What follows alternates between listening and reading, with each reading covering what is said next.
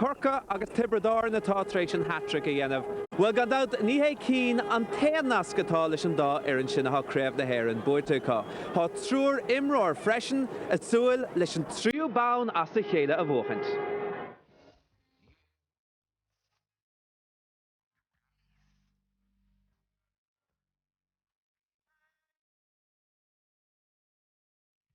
We started off against Clare blowing in us. I think it was a wet evening, and we beat them by a goal, 9 to 9 points or something, and then we went off to meet Cork below and Páirc Keeve, and we drew below. We were lucky to come back, get a last minute free to come back to get a draw, and we came up in here and probably gave the best performance of that campaign in 2000. We beat Cork 4-18 to 1-6 here, and then we met Antrim in Parnell Park maybe 4 or 5 days later, and we ran out comprehensive winners for finish, and then of course we met Galway in the final, and we're lucky enough to pull it off by a goal again in Thurles.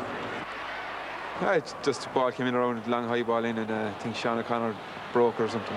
Ball broke kindly for me, and I just whipped and went kindly into the net. You know, first game playing Cork, they were waiting 12 months to get revenge on us after the Munster final in 2000. You know, we were lucky to come out of Páirc Keeve with a 1-point win. Tipped in back here in Limerick, and we went in with, I suppose, 6 or 7 point lead at half time. I suppose it was point for point then for most of the second half after they had drawn back the lead. You know, and we were lucky then to get a free then at the end. 2 of the tip lads held up one of the defenders, but the referee, you know, wouldn't allow it. So, you know, we'd never seen it done before, but, you know, and you chance anything in a Munster final, you know. Galway then in the semi-final up in Ennis. Again, you know, we started very well. In the second half, we kind of dropped the pace a little bit, and they came back into it. Like always, like last year, we started every game very well, but you know, we just had a tendency to let the opposing team back into it for some reason. Barry Lambert was hitting most of their frees from midfield, you know, and he, you know, duly dispatched them all, except for the last free, which, you know, we were delighted to see just a few foot wide of the post. This year we played Clare here in the Gaelic grounds. It was kind of an anxious time because after 2 All-Irelands there was a lot of expected of the team, and we're delighted with the first win because we're kind of putting us on the road again. We went in with another lead against Cork. They brought us down to a draw, and then went to point ahead. We eventually came out with a victory. Then once the final then, played Tipperary. We were 3 points up, and we had our chance to slip, like, you know, until we got a penalty below and Foley put it away, and with another bite at the cherry. And we came into the replay then, and again they went 4 points ahead of us.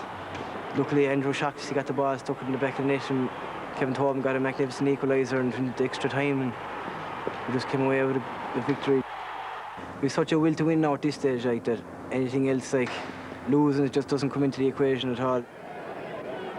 Well, fé mar a ekenshif sluite fósa bailú isteach an sa stad simple dertar go bhfuil an trocht de sína siar cho fada le Holy Cross Ceravila tefh mod de stad simple de chuirla séile an sa tranúna na sluite taiste isteach ach go háirithe ó ceantar limní agus curfar mail ar hasachach léthe seo ar a laiad dertarling an sa go fáil go dtí hartar a ceathrú tréis a trí nó mar sin.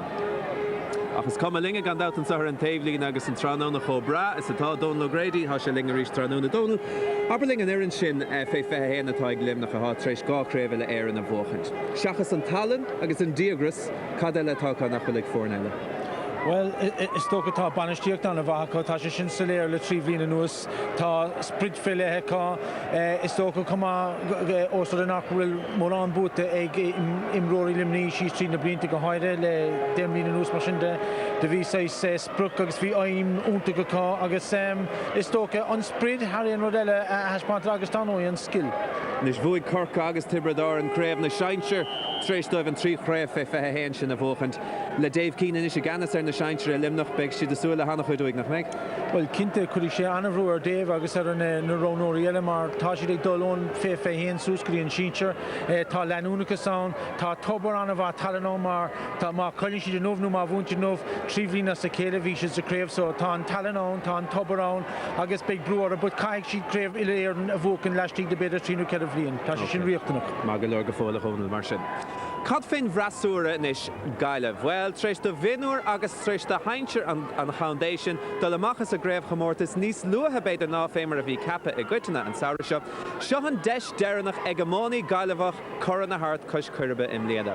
Nus cuinigí freisin go méid deis ag peladóirí fé fethe héan an chandé álaigh dhéanamh i gluthe canis na pelle i gceann trí heachtain. Ach learmach daramach donacha le mainte na Gaillimh dína a cheapan go bhfuil níos mó ná buint beag ag bua féis le bua níos déanaí ag na Seinseir.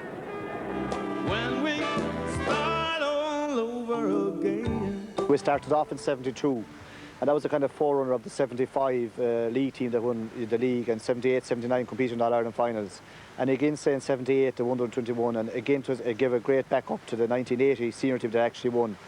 Off that team, like for 1980, you got the likes of Seamus Cohen, good hard, tough hurler, Bernie Ford, Steve Mahan.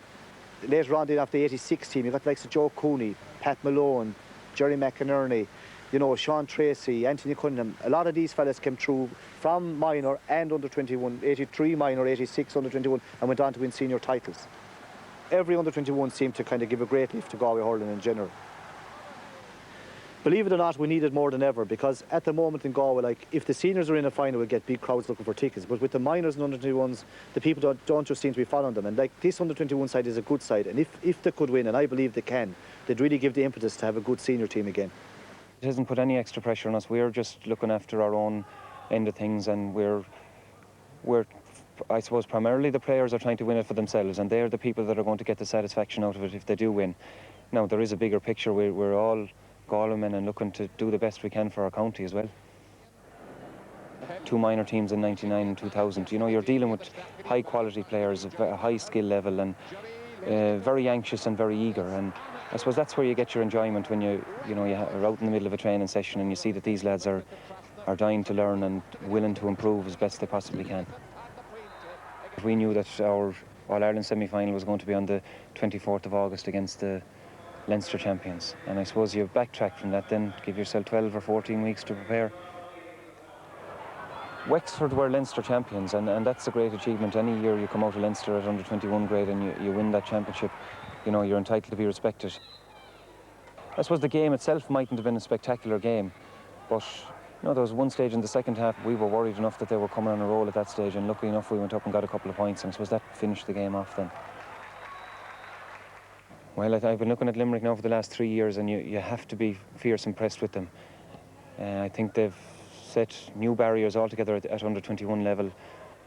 I think they seem to be very balanced, and what would worry us is that a different fella seems to be cropping up in the forward line every day, and they have a new star every day they go out. Well, na fórna mohar a bark féimar éicinshib slua anna bhrá bailithe sa Stad Semple ach na mílte fósa mohar a móthar ag éirí Ashley i dhéanamh isteach sa. Donal fuair na Gaillimh inis, fuair na dhéan anamh I meas na minúr gan dát le ráchréibh le éir na coile trí bliain an nós chaileadúir an san an bbliain sicaite.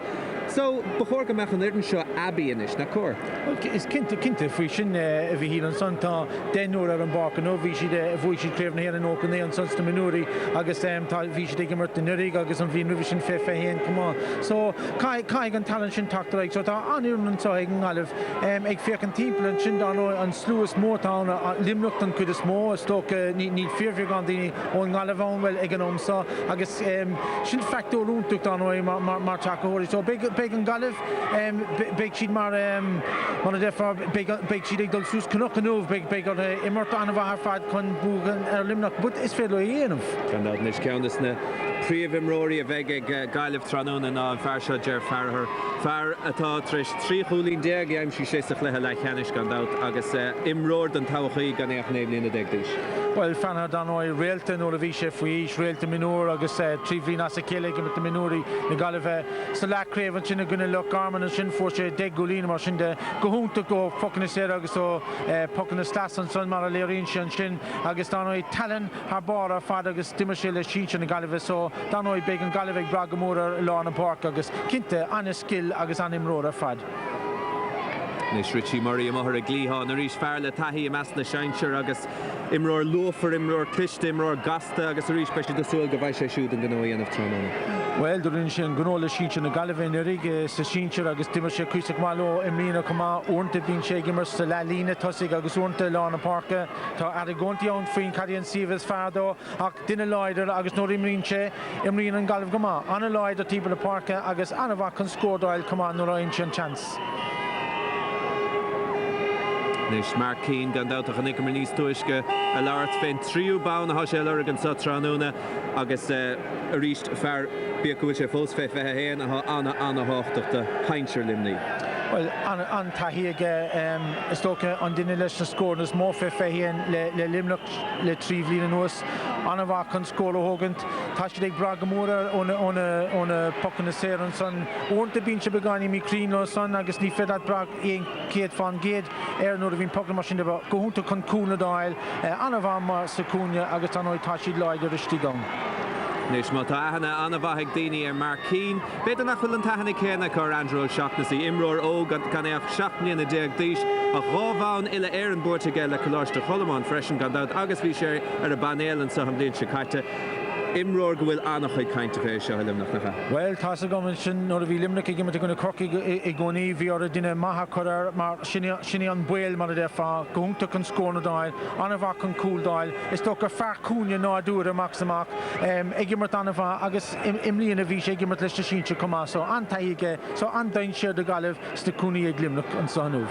Is a caint fé caiiletí eile heimpel na parca cábheiceíonn tú an príomh dain séir beidir de Limnach agus an san an príomh dain séir de Chaileh. Well, is tócha cinnte nó atá tú ag fécannta ar Limerick an san Mark Keane agus seachtasí na cúnaí máin sí golóir den líróid cinnte túirí sé tribliúir anna bhór a fad don Galibh cé go bhfuil an Galibh leidirán agus tá fir leidirán ach sin an plan is tócha de Limerick an an líróir chuisteach go tapí go dtí na cúnaí. All right. Okay, but Camid na brise anna happy go hogan tanis ach bemi the rashliv go bra in am the hazach and chlehisha fanigile. Tachata stad sample for in limni amahara bark an dóibh a bheith an tríú chréibh as i chéile well begis a going tevistig de uachlig gale nu mar sin. And the bhfuil linganis tá Nicky Brennan caithír le chóir le lion gone out and Nicky as a Kilkenny man I'm sure you were very happy with the way things have gone the last couple of weeks.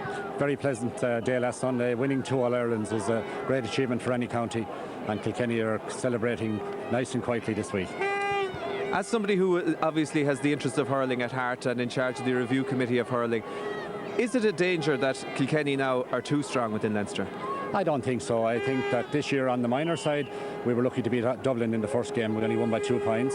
I think Wexford had ample chances to beat Kilkenny in the senior final. So there's still a reasonable amount of competition in Leinster. I would like to see some of the other counties, Laois and Dublin in particular, coming forward. Hopefully Offaly, may not be going too well at the moment. Hopefully they will come back. But I think it's in a reasonably good state. Now, with the back door, the way that it worked, as they've been calling it this year, what do you think has been the reaction and what do you think is the future for that system? Well, I think it's been reasonably successful. I think the sighting of some of the games probably didn't help. They were played at times which wasn't given the best exposure to hurling. I think that was one little thing that didn't go right this year. But other than that, we had some very good games. We had competitive quarterfinals, 2 very good semi-finals, and I think overall it was an improvement. Some people are suspicious that maybe this is a step towards an elite Super 12 or something like that. Can you kind of tell us which way you think that the hurling championship is going now? Will we see a league format down the line? I don't think you'll see that for a number of years anyway. It may very well come. There's implications for the operations of provincial councils if the provincial championships have to be got rid of. So I think that has to be studied in a lot of detail. You will see a variation on the league next year, which gives kind of a top 6 playing off for the league title. That will be kind of a variation which we will see how it will go next year. But other than that, I think the provincial championships are here for the moment at least. Okay, and finally, a prediction for today. How do you see it going? Very hard to know. Galway are outnumbered, I'd say 20-1 here, judging by the reaction of the crowd. I think Limerick will have played the games. I think Galway are at a distinct disadvantage, having only had 1 game, and that is not ample preparation. But who knows? This team won a minor, and anything could happen. Gurmagad Nicky Brennan a startling. Okay, Sinead Scale and Samar Shinera Dave Lena. Leis an ólas ar fád face na forna a bheith go going Tránúna Shahuiv Brian Tires.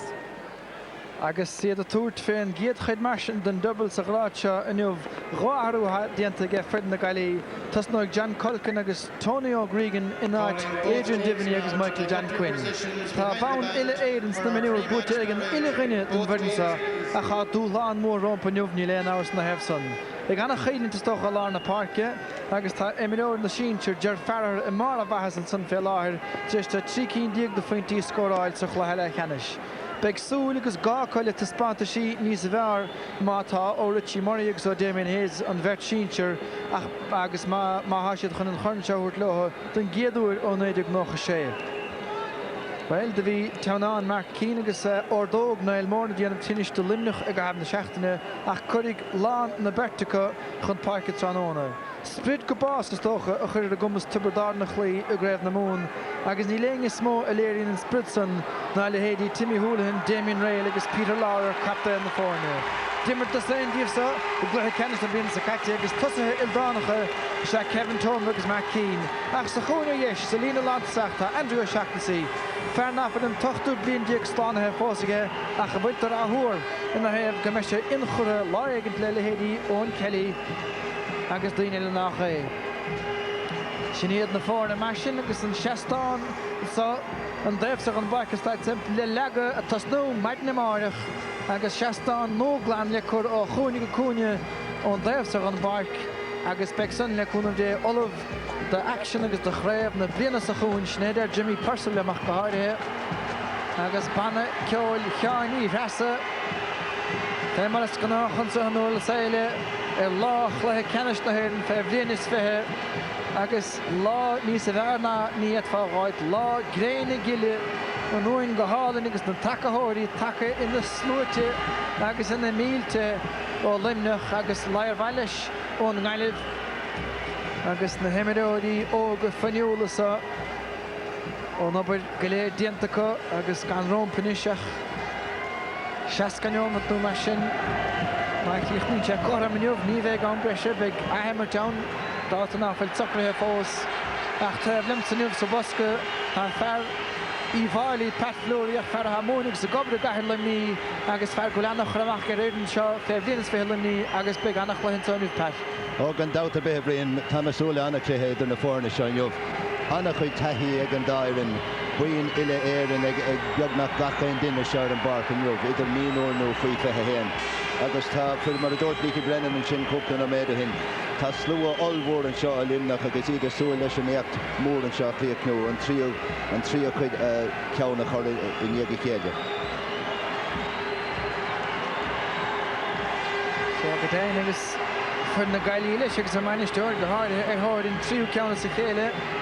John Hardenach, Timmy Houlihan, captain, bócach na bliana sa caite áit cailte cecolóir ar an híntiú limní ach tá Timmy Ógus go déin blion ile aige le dul fé bblianas fithe. Tá dé mar choiríocht a bheith an sundain éireachis ceanna bhuachtain cnubh agus cabhis, ceanna blianta chúnú ríist.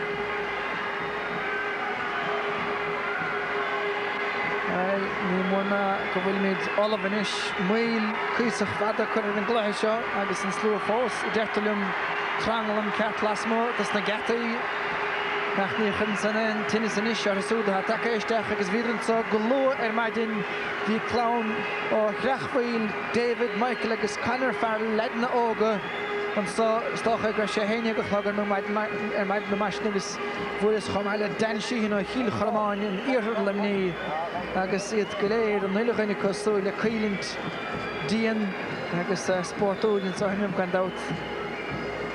Siad Limnach ráláid na cotíonachta peth rúnáid san an Ghaillimh. Ó gan dát ar bit mar tá dá réige chu ag gimmart a rí sin léana a bhí gimmart in Nordic nó bhí party ag lecha part sa cluiche sin a réanas.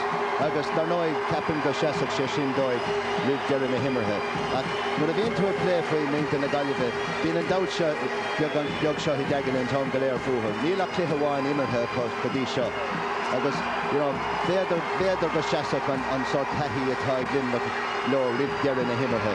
Tá cúil cluichí immarthe agus lethúir breise freisin leis an ón breise bhíon an immarthe fáin na tibredár ag gluichí canis na mún. So tá si trú agus tá si díon agus tá si muoíach go leir a dul isteach go dtíon cluiche seo freisin a bhíon. Tasach na Galway Martin Adrian Colnana rinne de vecno trúr a no golóir a bhaid nagus fémar dúmar tréimh na miniúr buirte an uile rinne cogus an réitóir fear Loch Garmain fear a first Dickie Murphy na fil fice le tamalagain agus fear a bhí le cheannis na héir na idir hirbredáin cíl chinine dhéanamh an stail sinna bhígus na Moltóirí a Loch Garmain chur deir le sin ach is das Dickie dhiiscint am na fedóig go ríist.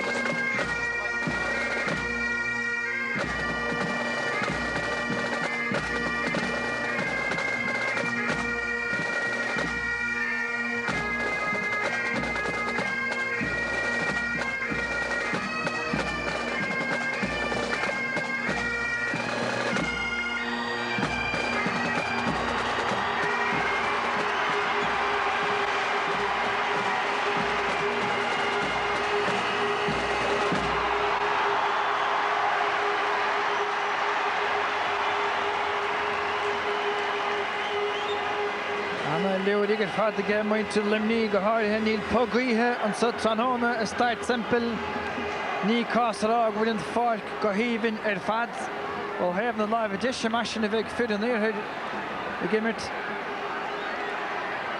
no one here Hamdi Fiach do have the live clay before Marak other in Vetlar Park on there neck at shit cat to hinish agus Dickie Murphy T Canish the Hearn for Venus for a Hurst tool Maris O'Brien Lech na himmer Sachle Canish na rig Churchan Keenach Brian Mahoney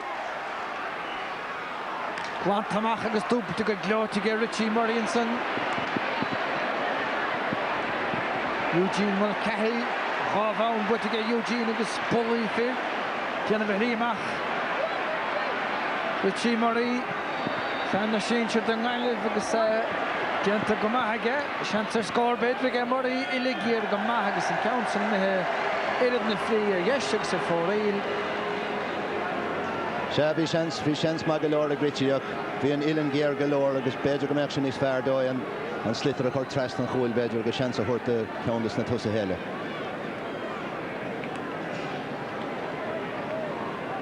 Púilte maithage Timmy Houlihan ó dara Díon Harkinson, Antonio Gregan Farah took a nash the Chlehan line over the Hocht and Nalibach Carvel Auris in the hair Seville School alive Tanga Mafos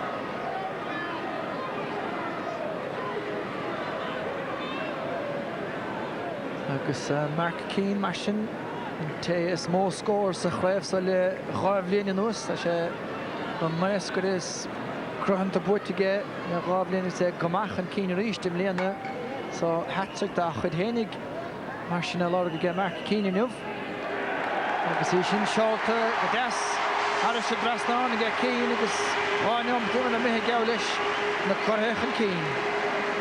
Anna Crean, Imlor Anna Crean ar fad é agus har a bheith tábhar tucht de limnach é marcar tógáil na pocan na séra mar sin.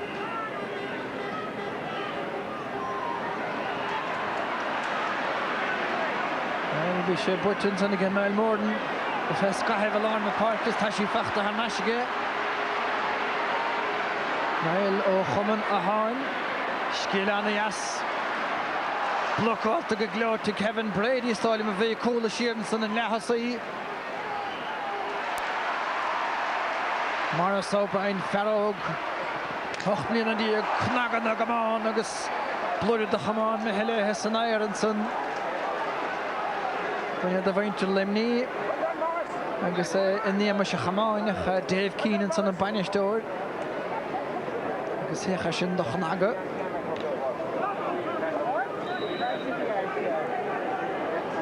Dar nó testbáin sé sin an díagla se teag an dair an chuna cléthe seo bhchant. Nish and Tays come us is the T Bedlish the puck in the Slassa Jer Farher. Buitach and Keen Paddy O'Dwyer. Nishi about Nish as a Helegrave Fella Parkle in knee Averin Biag Maul. The guard of the Skitter. On the Harak Gadrons and Howell Fachtige Niall Morden. Drone lot to see. Taction Dient again Lon Collinson Shane Kavanagh. Rinne Kavanagh go maithe sin bhí sé láidir agus tháinig semach agus gan dát rinne chalís ar an sin agus puck sé ar tiltige. Divinílis Bucamach agus anna aid fad inti sin. Anadog Chetige Dickie Murphinson. Kalish Bratige agus Fervlanry John Hardiman Drahar Paul agam Chingani Valahar na Horde agus Farrow Koenig Kidemian is Trichata John Hardiman Reinti na Horga Meshashud Aganas na Forni Shincher Salavad Sagaliv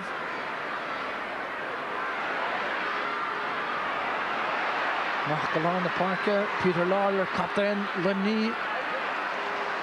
Stechadron Goul, Patrick Kirby, Gary Nardich, Counter and Sergio Shaktasi. That's een goed score, vacht again, Ogon, nach Nafilach, Schacht me in the Diag. En la Jernach de Wiener Sauna, a Veshe Apple de Votal, den Giadoir. Well, Harda Arish, Harda Becreen, Tapig, agus Tussi Cunha Machas and Machas Andrew, agus we went Biog leis an Brennan Shincher níos luí his a blianach. Tá anna chuidí maint le déanamh gif go fáil de Limnach. Sé han sé steach sa chréibh aganine chorcaí féistúí am an crígan ach Limnach techt a ríisteach an Bautasan I curtha I chléig ar fórílige James O'Brien ach bhís rá tá Dave Keenanish ardú céim a fachtige siúd go dtís na Shincher agus Beg trillion sunners doch Pat is more did a sheen agus 5 is for Well dar noid tána buntáiste ag Dave Martana chu taíar na leid seo agus ní dóilm go meach transition mór le déanamh géineachar. Anna choáil ar a tí marí spástiant ge marí chahénig agus tána galibh go bhchail ar a chlár a scóir anna hín plí ráfacón máideir go Richie Murray agus na chiad scóir do galibh. Scór íontach an sin agus beidir go raibh go dúthach sé sin anspreagadus na tusa héalach an na seansan na hógail. Rinne Richie íireacht ar cúlí na scóráil níos luúthach ní éirí gleiseach, d'éirí gleisean an báta sin.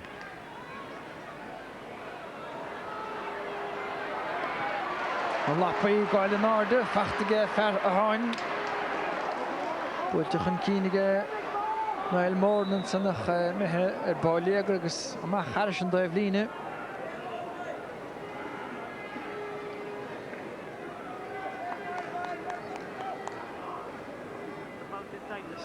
Bhaile locharíoch marsin Brian Mahoney. Fer a bhuaig at go leor bán Vicky Bún le Olscoil Limní im léana. Bert nó trúr go daon hennig déir na gailí ar an bhuacach Limní sannach gan éis an builtar a bha. James O'Brien a déanamh go maidir Limnach. Chalú spéidir déanta ge Conor Dermnach Ger Farragher a gáardach an léigear do Ghailibh agus é siúd Cheshi Heolasteach sa chúine. An rás buirteach Limnach an mór na ríist anna chumasach agus más drúile lá na páirce suas I dró na ceannáid I bige buirte nuas seachnasaí ar háir cliteagach Leaghlanta James O'Brien agus an pinás buirteagéir in na gailí tis na landar a gceachtain stitar. Se cúlín anmhathar fad an sin O'Brien agus chespáin an sin sort brú atá chuirigh muinter Limní ar chosantóirí na Galibh agus tá na chosantóirí ag déanamh go hanmha caiimse rá anna chud blacáil a dhéanamh acu ach rihan líráid séar an sin agus bhí sean éasca go Brian. An gríon na teasnach béidir san ar Kevin Brady. Limnach sucrathe síos níos a bhearn am ra na Ghailibh. Kavanagh fachta go deasan sanna ge Michael Coughlin anna fas seo an stíl sa hananta san an Ghailibh agus callú is déantas tígan san sa chóine ar Damien Hayes capta an na fórne Tá an lús ar fad faoi Damien agus nuair a fór sin slitar an nóir sin ní raibh rud amháin ina cheannaige agus bhí sé drúda midrá chuil go han tapig ar fad agus beidir nach raibh an dara rogha ag na chosantóirí beidir ach stop a chur leis.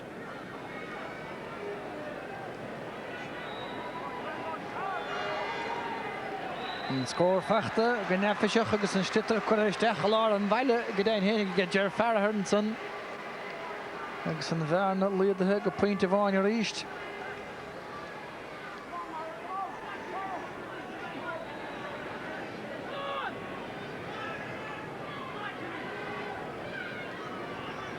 Is a fiochan ar an gládan bheit sé suhanteach gohfuil trí cíndíag do chlubanna i gceist ar idansa na Galí Bertán Gusleán Gear agus Bertán Grechmhuilecha gan éó bhleánraí at go leor Limerick a ríist ar an nónsaí ach ceansan méach Peter Lara take a heanais do chluithe an léineh agus an fersa móne gláiste réifinn san na meile le choíoch a deanta Cyril Farrell agus go díosa an na heisteir mar bhainisteir.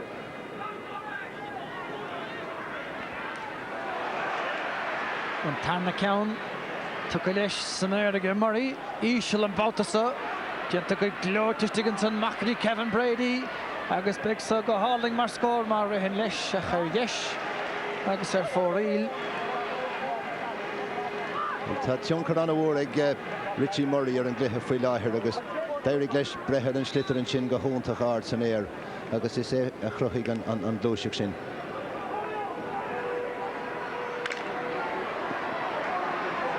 Fiadra cynnyfagwng ar Kevin Tobin ferha anna chomasach ar fad go háirithe ó dad nhw coi agus leat amach anna chrynas leir hi le raint clahíige. Wel, y dul daine smachtach ar an stitar an son agus Loch Garman masin chun í chahabhisteach atarthe. Tony O'Gregan ar chlé Niall Morden ar dheis. Conor Dermot a dúra í churchan cín a chatansa. Ge pádio dwair an lecholaí láir eile. Ó seachta sin is agus tugann sin na cosa leis go glóte. Scoráilte cúlán in atá gonne Haberdár agus tá Paxson dianta gin réaltó go réist. Rinne sé go húntaach nach nearne. Fuair sin seans agus d'éirigh leis dul Harris an chosantóir. Scior an chosantóir agus an sin bhí sé séir chun an bhuiile sin a thógáil. Feiceann idir éis an sin é. Scior Culkin agus Dimi sé séastar an talamh agus bhí annach chu dama ag Andrew an sin agus scuil sé orachar is tíige seo an cúil. Í nada go glótas a chónig agus roitheráis a láthanóir Limerick. David Ford i bhí seachtain eile bhí a lá na park an báta déirnachas taí leis na tosaithe. Brady buirteach sa chóine. Mickey Carlinson de Limerick fear bhfuil lehanne bhaithe Pat Fleury. Sé irs go leir is Mickey Liam stigige sráid 69 agus fuair sé an sean simlíon agus d'éirigh go hanna bhhail leis in ag Tibradálan an sin agus chaméid sé gréimar an nuna sin ar an barc agus ar an bhuiinn. Agus fear eile a bhfuil lehanne táir agus go háirithe níos bhór athir ón fólaí Mac Cheáin. A bhfuil creir na héir na Limerick in éideag 63 ceann mór gríomh fada roiad de stoch ar líg mar na raibh na le hosaithe Olaf. Támáinte chun cínan san go fergal mór fer an tarlaigh mhóriach mul caithear éist an lán cholaí lehan tíagartha den Limerick. Morden buntáiste tu go gaidir cí mar fiacha. Annachid ama a chahabhige Kevin Brady an saibhre dó íag timppla a Larna Parke a chéchar seir éist seachnasaí mehéile sé cosanáid agus críochnathe go slacht for sa chónige.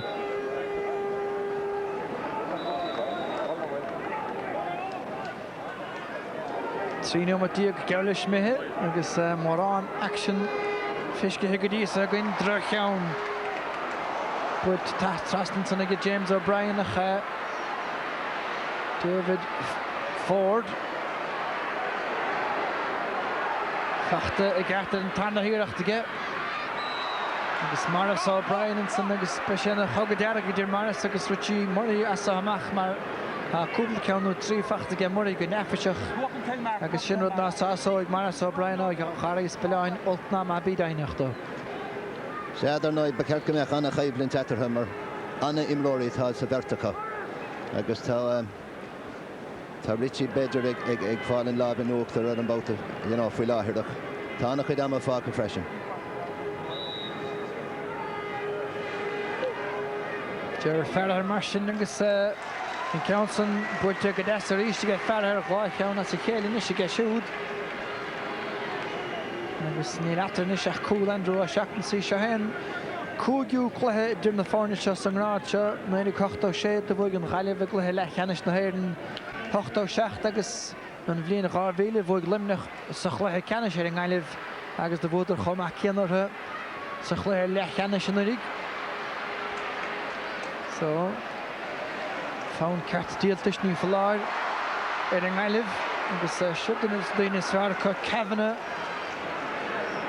an láh an ochtar go hiilis go hamláin gur feitra Kirby go dísa.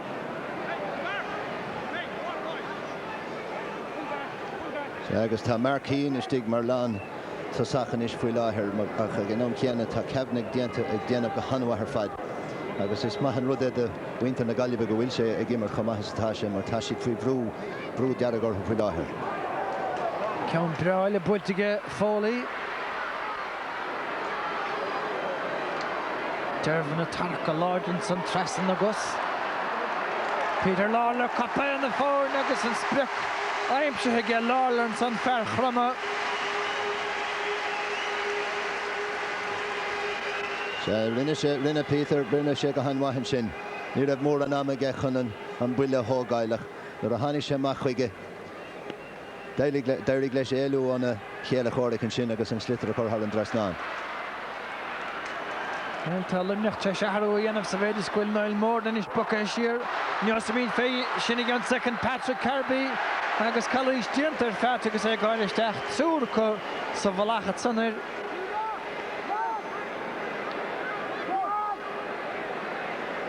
Is een geet gaan vechten nog lekker in land te zag. Well, Chespan and Chen sort dan share is feather a crohu. Nil daughter by hak rinne khali share an ocean. Keen Sasta Lena Feinte. And the night han Barnig me do began in ish ta Kui Colini Atherinish. Agus tá limnach i gceannas ar an gcluiche níl dátar ba faoi sin.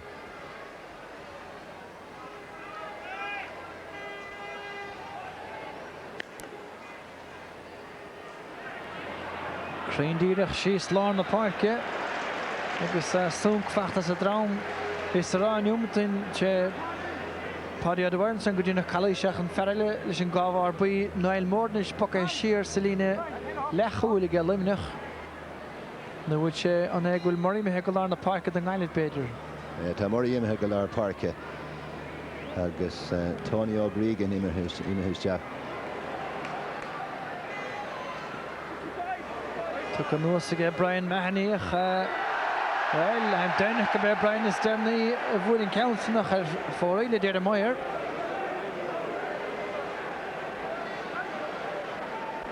Agus is dóchad amach slú an gaiilehn so go glasféad a gurán about as annach slú an mílte cholimnach. Gur ag teachtar Kevin Brady ach ní dáin gur leag sé comán an éair Kevin a bheith gimmert leis an bhuiir idir bheannach té sahan teachún a glé ceannis na héir na gine Haberdár agus an sun tá sé sa líne lechúil ar an pelle chunta na gailí a bheith go glé ceannis na héir na ríist a gine átha clia. Hansen me sa bhraith a chur Niall Morden a fetheh lár na páirc agus sin dreich an bhfuilte go Niall mar go raibh aglah maithige ar sin isteúrú go craín. sé bhí an seansig Niall sin agus bhí reintama bhí annach chuid ama ge freisin chun an bhuiile sin a thógáil agus ba ceart go meach díamair. An chréifhsa búirte trí nóide I gceall Limerick 8-7 ar dúis agus an san le rábhíon in nuas. Agus ní chaibh de réomh gluthe ceannis na héir an feh bhíon is fithe. Seolta suasa drá Mark Keane. San uair na mar an fisciúgan de bhharc san imirt oscailte. Pucks ar an uá fachtaí a ceart go leorach is sa chúnéil is mó tá chúntúirt techt. Agus sé Andrew a seachtaí a feimún san do Limerick. Pianta go deasa tóban agus pianta go glóte os a chiún siar aige Mark Keane in san. Peter gur leir tú beagán in rollú an sinna blion ach tháinig an slitir go deas chuige. Tháinig sé isteach go híise agus bhí roinnt aige chun brethir agus dúmpaigh sé go handtappaigh agus bhfuil sé ar a ggóil in thar an dreasnáin.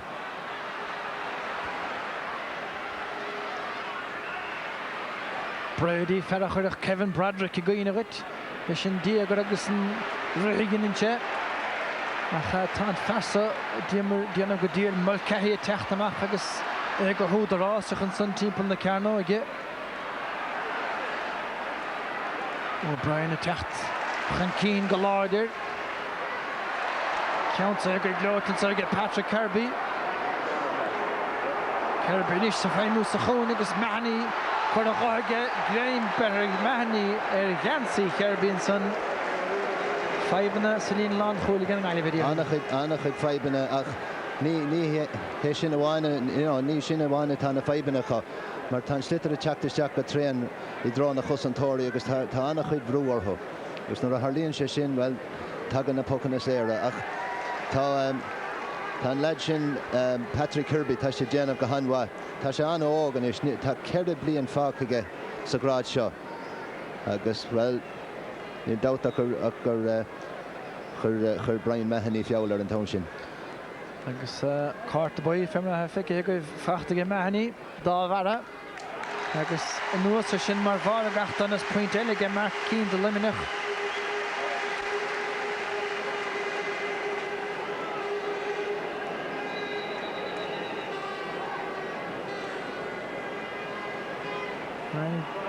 Tá John Hardy min mar sin chuin aharú I dhéanamh ansa. Agus tá John Paul O'Connell Ifir a thuchtaí go teachtasteach agus ná go ben fear lár paice go raibh áras na hebh Tony O'Gregan mac le Tony Harsregan tá méthir an barc agus chun na fíornín sin bhí san túirta go roinntaí go a caiint le riimiise go le na maireach sé an cuasa. Gá chuig Graham de ghailt ó lár na parce cruúig tappaig agus Kirby a ríist íile heileistigh an lán cholí chu a gáige Kirby an na haváilte gin go barde ach tá sé an taileán agus Mark Keane príomh naascair in na fórnim líana san áit ceart ag an am ceart. A sé go ríis tháinig an slitar isteach ó Conor Fitzgerald fór an slitar amach I lár parce agus chuir sé slitaráil in isteach go dtí an lína lán tosach. Rug Kirby ar an seo agus raigh leis I drá an chúil go handtappaigh ar fad agus Déirigh leis an cúlbar an céad ceanna stapach hitse go deas go dtí Keane agus chríotann sé. Well, éiste sin Tá 10 gúlíní idir na fórna inis a bhíonn agus gach cosúlas ar an scéal go bhfuil annach raim ar fad ag imráirí limní ar an gluiche seo.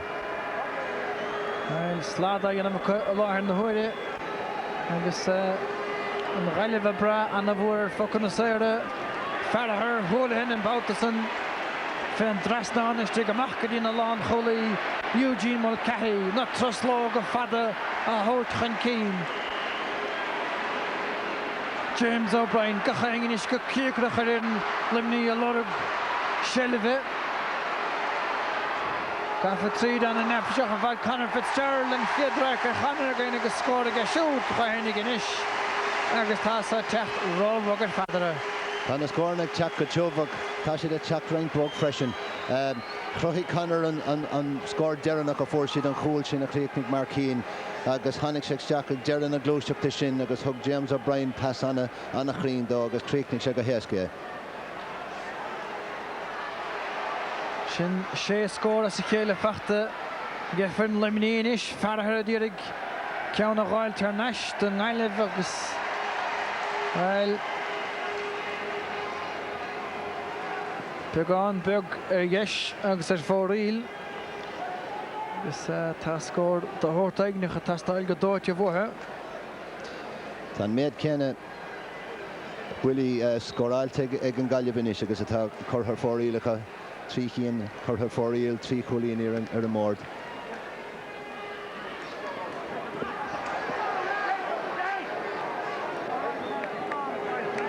Kevin Tobin ó bhairú a bóthir agus sé Kirby a dhéana nascailte san agus scríochtaigh cín go maithe caafar rá.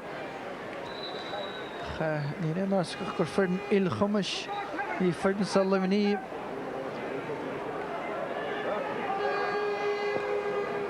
Anna ghearr ar fad a choríist gan éine tunnach limníoch.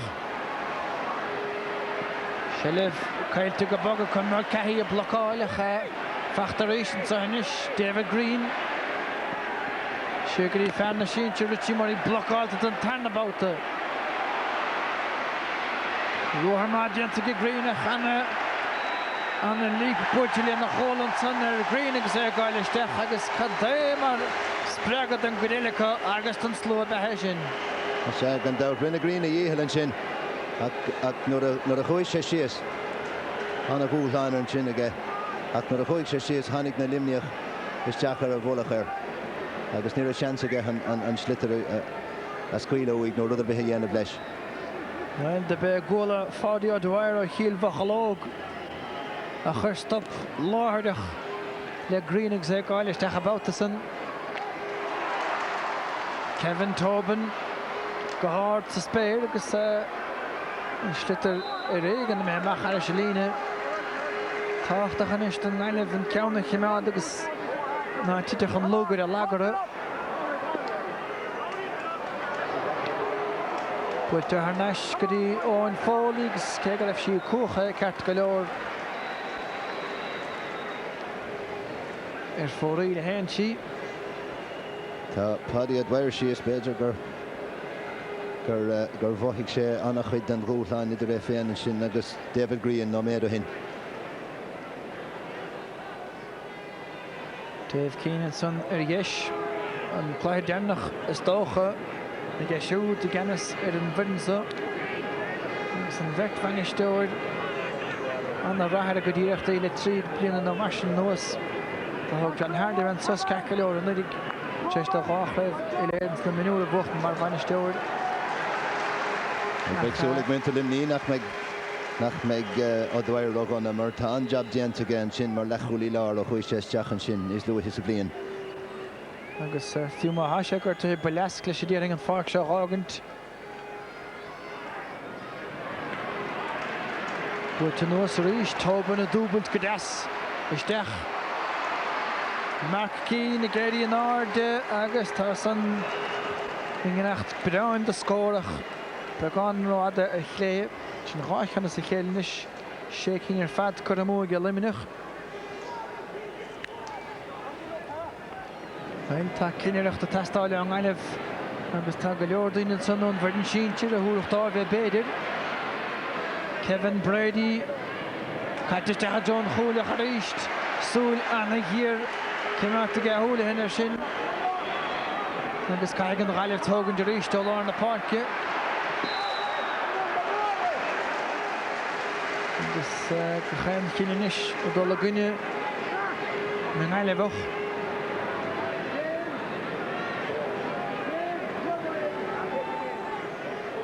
Ceart gan dáta go dtí mu fan báta san. Chalí sé anana bhí gan ónadaí a tháinig isteach san John Paul O'Connell.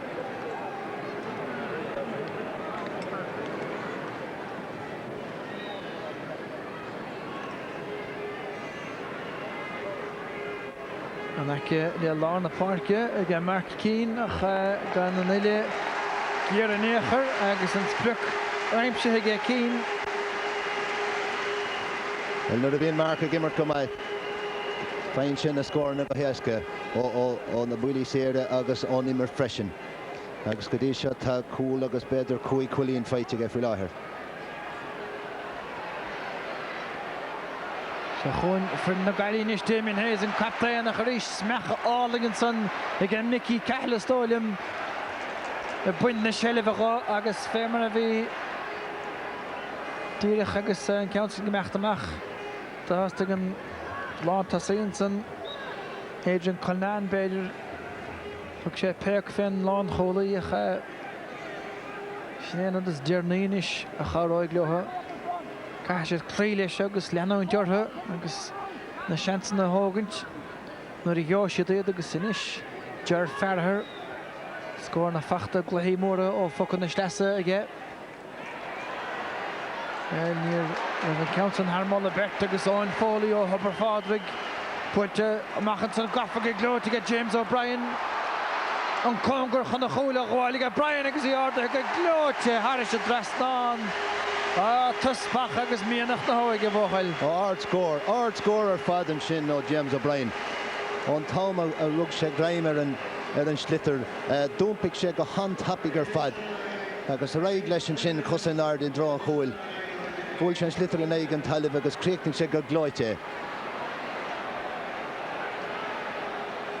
Neomat breise a dhéimar áfraig dear an chiad lehasa agus an déananig bhfuil fáin ceartan na Gaillimh dolisteach agus sánas aignach a bheith chun stadium imarasa atá a Hurling chun sa start simple láthir na huaide agus móránir aige hádaí me nutha taim dainthach.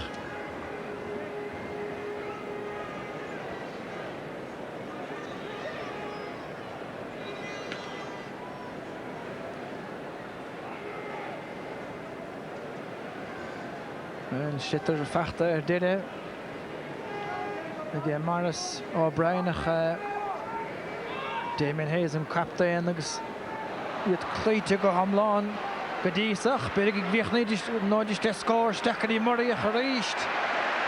Murray ágadín beag máil a dul John Clitter i bátasan agus ochras agus scóp cat ar immert limní a cha sé fachtanis ag Murray a ríist agus well, ní maiad fáil meisinis cin tríomh puite go féráilta go Murray agus go Crog agus san teirigítar siar. Tá rití ag déanamh a seaachníhil níl dátar bifú sin nach tá bearna méadahan an is go dtí trí chúlaíon déag agus annach chuid imarthe le déanamh ag na Gaillimh chun rudégan í dhéanamh faoi seo. Gus muid a dríd a rá le haman is ní dhéanamh siad mór an difríochta ní mór an am a fácan is beidir nóméad nó go. Well, trí chúlaíon í dia go fuair dear fearthar an dearnach don Gaillimh agus sinnéan sú ceann na nuamhaige achas bocht mar thora ar a godíireachtaí sa chéad le sinnéan tríú ceann feachta san éir ag Murray cecha leir an tainge bhain beidir dus na tosathe tá buachtain an clitar go réalta.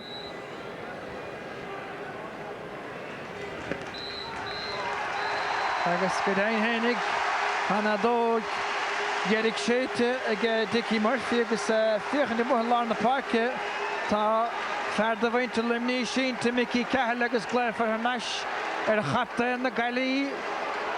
Damien Hayes de heading sé ar an stitar sí túlinn cégra bhanadóg séite ag Dickie Murphy agus críoch cún spóideach an soile sin géad le sa chluthe ceannis an taine bhain a go raibh Dickie Murphy taobh le hos go bhecha sé go saléir cad a hálaigh.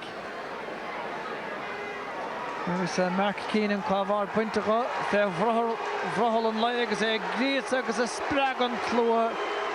Ní cáil do hé mar go bhfuil slát cat déanta go limneach sa chiad le hanseo.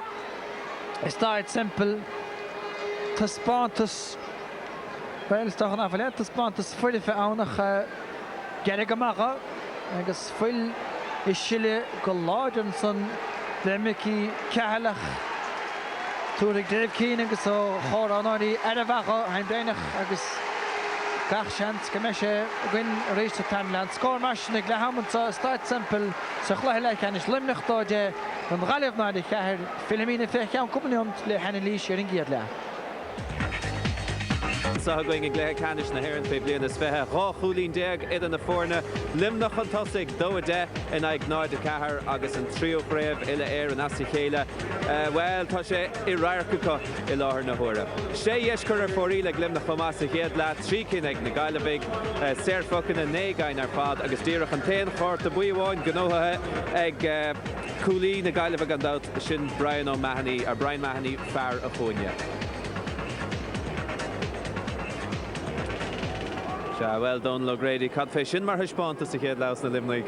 Well, on a hash pot is Joe Whelan son, Hussig Sheed, Lewis on a Warfad and 10 1 on Oliver Stoke of Gamertovna, Shane Kavanagh, Marlon Cooley, Fisher Contussiger, Kirby and Sonak, Darig Limnock, Markinistock in the Yeekshin, August Hookshin and Wadis Motor Blooded on Ock, Fisher Casula Tilla in Ira, Augustina Vania, Egan Galavagir and Tilla stop Acamon, bit of Richie Murray, August Kavanagh, Demi Kavanagh and Glehanson, August Limnock of Wadro, Rovadoiv, Wadro, Hoppig, Lewis. Wadis more on Galav, well, Neil Shidig Rossi and Idea. Agus an Lina Lantas action, Glemna Kamit, Sulanish or Hoopla Sampler, it is Achan Cool Shineg O Shackness here, it's Kalemer Skillig version. Well, the Vimar kind driven to on Sunfree Shackness Mar, you know, Fakun, you know, I do it, August Range and Chanson, well, Nilakaima one again, which cool, August Anna Williga Jones, and August Anna Cool, Kimi and Son, Nivrish and Chef, you want, he's stopping Chinayan or the Lewis Koenig Dollarstack, August Anna Cooler Fad, August Cool Corner Man, Mother Fonson.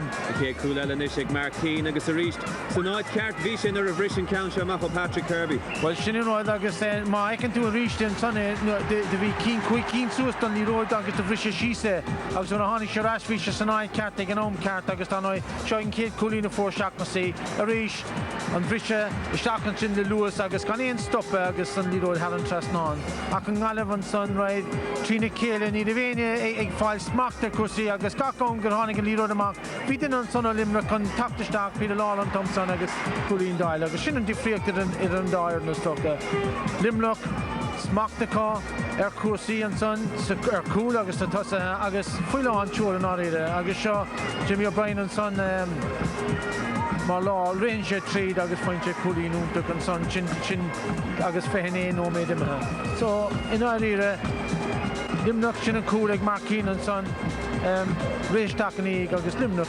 Full on Chol, Brew Fossa going Olive. Eradevella, Richie Murray, Louis Brian, and Payne, Tossie, Attai, Gailevata. I relied the den of Mark the Horthagen. Well, vi like Farrar and Glehanson agus Trish Could no made vi Cúpla Coolín fight day Richard Chin Hark Count Manos O'Brien agus Darig Muita Limneen na Coola an spot and Chin agus Honig on Foley Trasna ach tá Richie Murray Trish of Ashtra 3 hours as a Kale Nish agus ní Jack Corish and Dun Galev Kinta. Yeah, Nish Dira a Farrar and Son Vinter Limnee agus Caigam Rishin say Cree in a Gaileva go will she at them. A geary an cléthe seo bhóchan gan dad. Ach níl siad stólam sa bhfuil caidan mór aspa mór caidan imirtha ag na Gailevig gan bráid le cad a haig limnach. Well, is tóca nuair écan tú ar an dá fiachtas ar an dá iran hosig limnach a goig amón bhí cléhí a gona corcaig clé gona tipradar an gá clé ceanna gona intrama ní bhah cléthe bháin ag an Gailevig gona loch arman agus ceann cuisa céasca. So ní caig na cléhí dacra díana bheith go chun tú Olivo the Craven here near no mag. Shinnestoke Dakatag and Gallivre Goni Agus, Tasha Kintakon Noof, Marnilan Lewis Cart, Egan Galliv, Ishtiga Craven here. Bidini kind fe mechan tokras limnach am Lena ach gandout an sotá an dolat go bhfuil ein bhainte sin leis an tlí go bhfuil deire attacht le reint leis na himróí seo gandout fe fethe and agus Dave Keane is ag ató canas bhaint canas as an Verdun Shiner. Well, is tóca tá tahiacha tá roinfácha ag immerchin se hena féin seo tá stará bhanú a nó big chanceá an craimh an tríú as a céile tá banistíocht an bhacha agus tá an banistíocht ag do Lúisteach sa sínte seo bear an lá deirigh de gachtainachá agus leis an slúatá sa tú takeíochta de Limerick.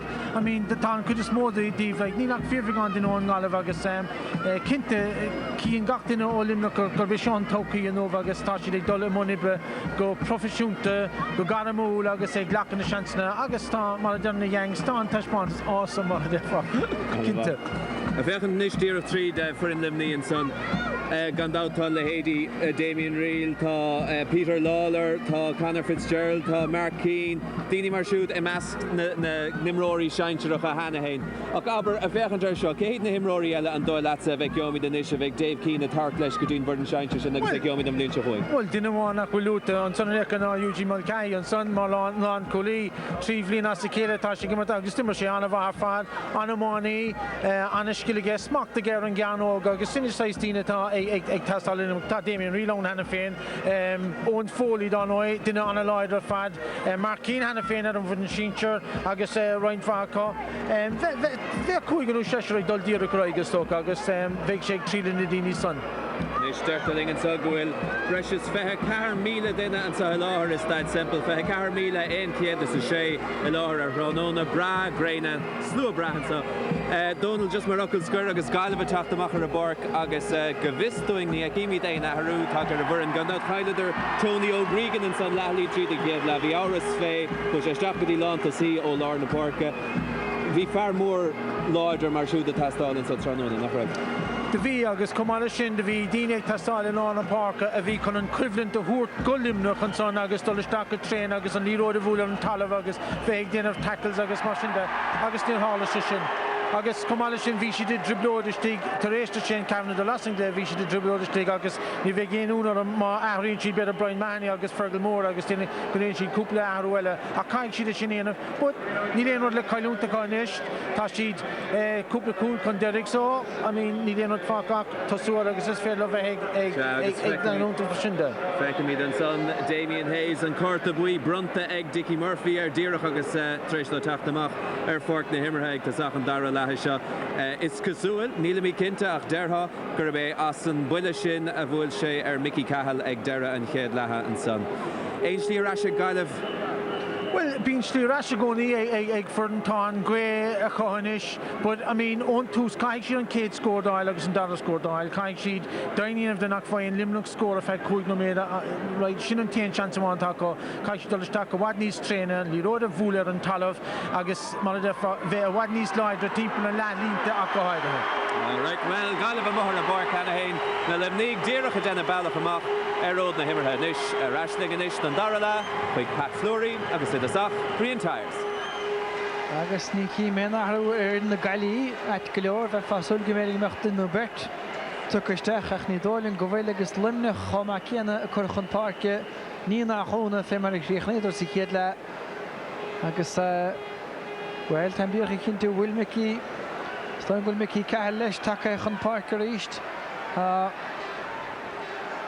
dear fearr níos bocha isteach sa líne le hasig ag an ghailibh agus óin fólaí glána an clétar de limnach an hácht ganis gneoch an ghailibh tús má Conor Fitzgerald le dhéchan le David Ford agus buirte ge Ford ach well í caiiclibh gur san maltóirige agus sin díirich an ód nálamh tá stáile an ghailibh.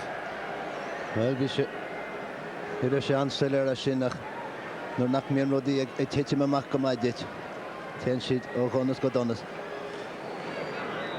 agus seans eile seag Mark Keane chun an bearna a bhéadú beagán níos mó.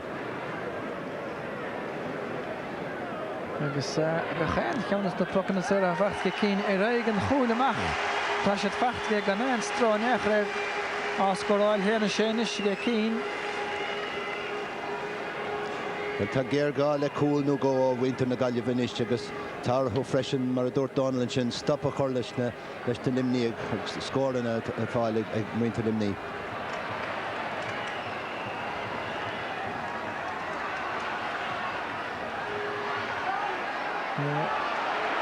Chailint anna dhéanaan san Conor Fitzgerald a chur éist. Well, brisig sa cruthe leid nágan na gailí inis. Platúin vanúsacha. Well, neidir raibh san mábhar díon. Lom bhí sé ní raibh sé an dalamh an báta san. Agus John Paul O'Connell tuca isteach san go troi géireann chéad lethe John Hardy man ní bheith sé ó bhaichan éair de tan maltóir agus fágann sé féhrú báta bhaine liad. Owen Foley-ish. Ferha Anna Vair Fadle Puckana Erike, Ma Hagane, Kion Hije, Bachomni, Keen, Vasker Kugi Villa Rom, Park Keen, Bachor Homala. Ach, os y cainter Foley met tap scoral to get Le Roch La Nos de Limerick. En Chlahawana Emmerige, Gen Mailif Gandat Fantacho Fadle Shavi, Hirichle, Hulki Machantuna, Hemmertigania, Haberdan Sanarif, again Limerick Hagasta, Tahi Shinigus Tana Skirina, Pasnas Carter, the Skirina Cogus, Star Varison, Le Katash, Hofarison, Keen. Mi vantage te gaan, je had een hele verstoken hebben een fresh clay, ook zullen dagen het gevaarlijk een goed shot en gemaakt dus. Ach, Pescale, en is chef Foley het tabole, en geen chinniges en rij het sessie, Arvin Björk zo tarne lasha.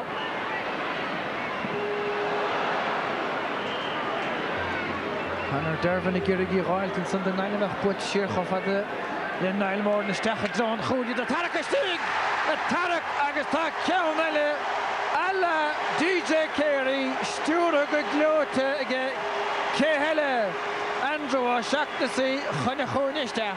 Wel daar nooit Tom Mirul te Chestalung alivenish. Vi tosk ma he Chestalu he sadarnele. Ach in onet shin ta cool agus coolin fight heg muintulimni agus Creeknig Andrew and Count Shin gahont Hanik Shach o Nile Morn agus Derek Lesh Willia Horter agus e Horsalin Tan. Wel, is de snaven uit Gassery in Raleigh zich hier achteraan deel het verder goed zijn is. Murray staat John Goul.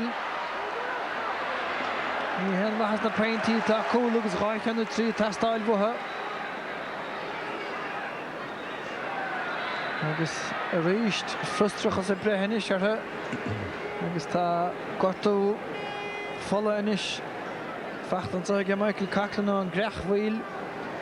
Fanafel en Gede Moran Fikkigens Limerick Café Rags en als je gaan bike bestogen nu de voor correlation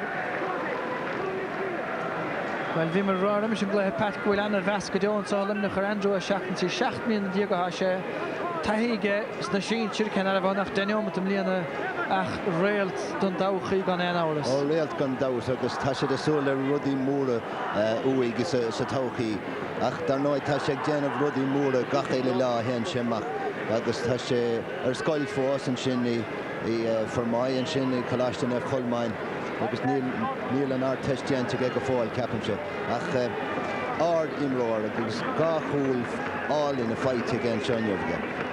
Agus Coach Ali Dennis Ring and Son of Galash to Colmine. The quick sword of Harry Homat, Crave the Head with the Rav out Nicholas to Colmine, again Andrew Shacknessy, Augusta Michael Coughlin, Imihiran Bark, Gafolberg Pescale, She Michael J. Quinn, Michael John V. Gimmert, Sachlohe Lachanisha Attacker, Erevold, Dunganiv.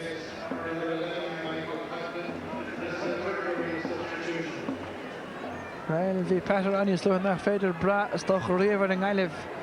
Ach, ni dolen gur heb gur campaign gur depa hot topish to horde so or godisa preskille. Stach ge farder restrichi Murray. Ach, on Derek VR so very good Bert Lastig Douglas Cooley of Agus Shen Cooley a Hugleschen Stittermach Michael no John Paul O'Connell the files point to Kakalor the 911 son.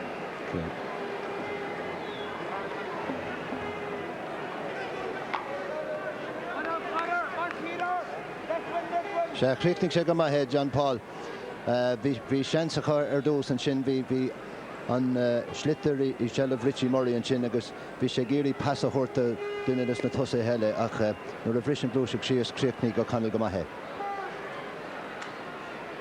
Kent go deasige Conor Dervin and son is smecha chun cíige. Iad fehhrú ríist seo Shacknessy at hard and clitterach Kan ik glanta go maanach son agus Mark Keane an tún puinte van Stitterich cheadúige.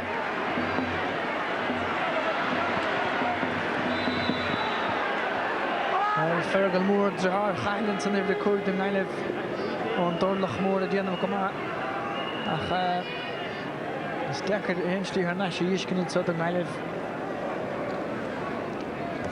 Fui mar a dúirt me tá míróil te teasta luha. Chéad cín de chluí cenis sanrád a chaidir in éige chéile néidir 7 Gréim líon a gáhíle. So ní héine nuach agus docha chluí cenis a chailiúnt. Ach na chaile sin tá 16 buirtecha chá má 7 an chéad agus nócha sé go dénach agus néidir nócha sé a bhí Eugene Cloonan sa chúlacha agus le héidir chahal mór alí fahí Kevin Braddock agus Liam Hodgins a gimmert an a bhíonach sa bhirn agus si tú gan dat chnáb druma na fórna sin tríis.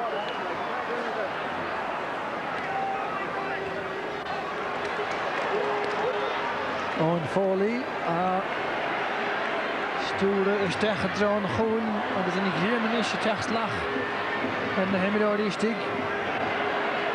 Shane Kavanagh bhí go maith feig chuúneom a diagbéir as a chéad leach tá mínithe agus clúite go hamláán ag lína lántas a chluimní le fihinneomat nuas.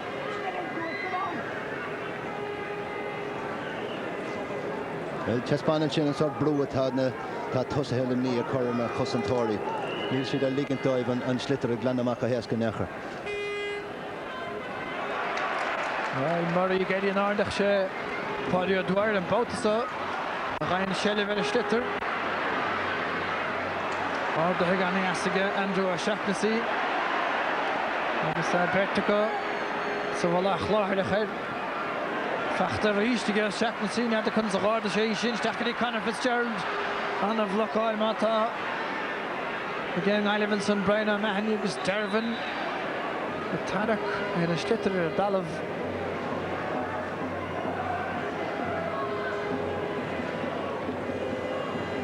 Níl imirt lumní cho gléana cho priscus a bhí sa chéad le ach tá siad fós go mór chun céann sa ar an Gaillimh. An arás Farragher agus Foley buirteige fearr limní. Steach a ríist a Shaughnessy suúrse na Parkinson ag a Shaughnessy agus is leorson an peinte. Well, another bell Kirby bhíonn san about san begrih sé go dain Kirby an lántasí about san. Sé rinne láir go hanmha thug sé pasáil ina stíige seach sa chúin sin de Kirby a bhí rihamach in rá agus d'éirigh leis an slittar a smachtú agus é tríochnú go héasca.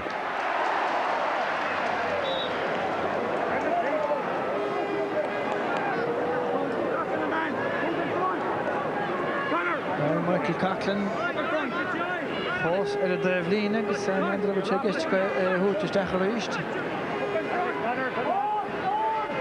Adrian Colnán mar sin an greachmhaoileann sa. Ar a bhfuil an áirteistíireach díantam líana aige.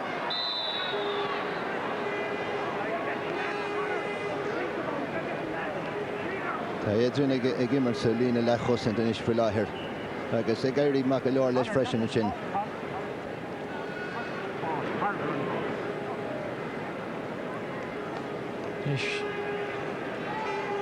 Ní cásrá go bhfuil sa an háachtacht an Gaillimh Farragher agus tá bheirt dianta ag Journey ránach pointe achas fearra na facas dócha.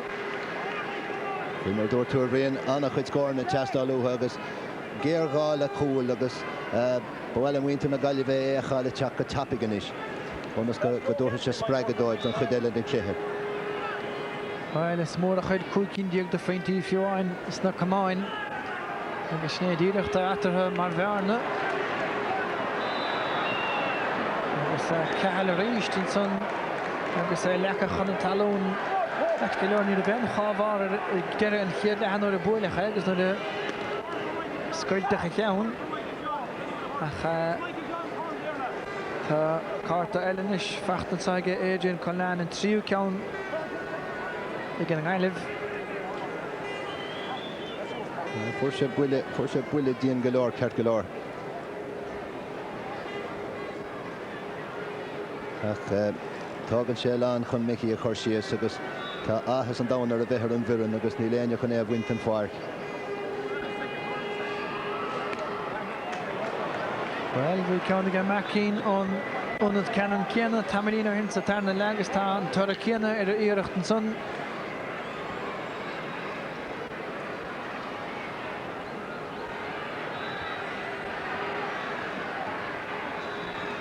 Boortje Glan, Sachan Chlohe along the park, Erin Alif. Agus Keg will right Ahra Dienton Sonaka.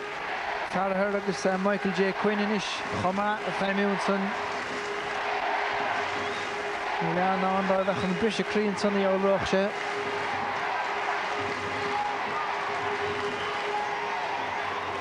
Reached Nakula has gone in through Fern Spade or her. Mr. Padio Dwyer Sheenton Bautasa. Farhil Vachalog. You see there, Care the Harley, though, a quick shears or no, so because the Doylem go gapping and red torgo will she rog on them or Tasha Kurna and Doctor on bar. Paddy again with Kahanwam or Lachuli Lar and Shin the Limerick in Uberish. Nur hagan Lamer so Tashid Galera gimmer command, you know, Nilania gimmer go down and necher the Limerick.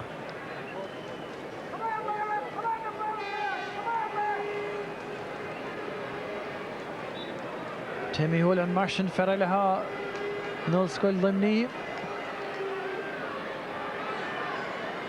But to Markadas Jolana Park, Visha Katiga Jan Pauli, Shinikina, the Vanga team players.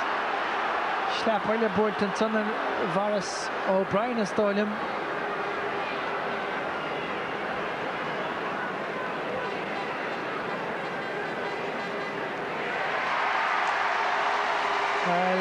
Isleger Shechantalu Luanu Maul and Count Kaite Beganige and Ralevinish Kahani Dalno in the Guinea. Like I did here. You done the camera at the Battaspor, fact to get John Paul O'Connell. Yes, yes, Tubish the Carter Titi Mamachan showed the in the Galibinish.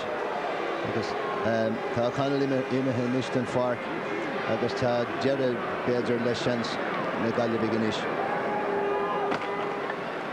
Well, Hanish Higgins near the team playing Chairach, double T and the Stetter, and Maris O'Brien is Higgins. Well, Hulachin, a boiler Maris Stolem. Well, Tasha Dian. Canada Foscoramuga Mark Keen. Big Max Sostel in the Erechtin of Tahana Shea Fachtige. Dus Tasha Goma Keen and Son have Priv Musker in the Krive, Portavanele. And he learned the Nishach Krotagna Chodachlara score. Duggan Nagali. David Green and Hall and Clitter Stechach. Femmer Dorton Lograd, Eugene Mulcahy gesmacht Lanige and Chursi team player Garnoig and Sonnesteg.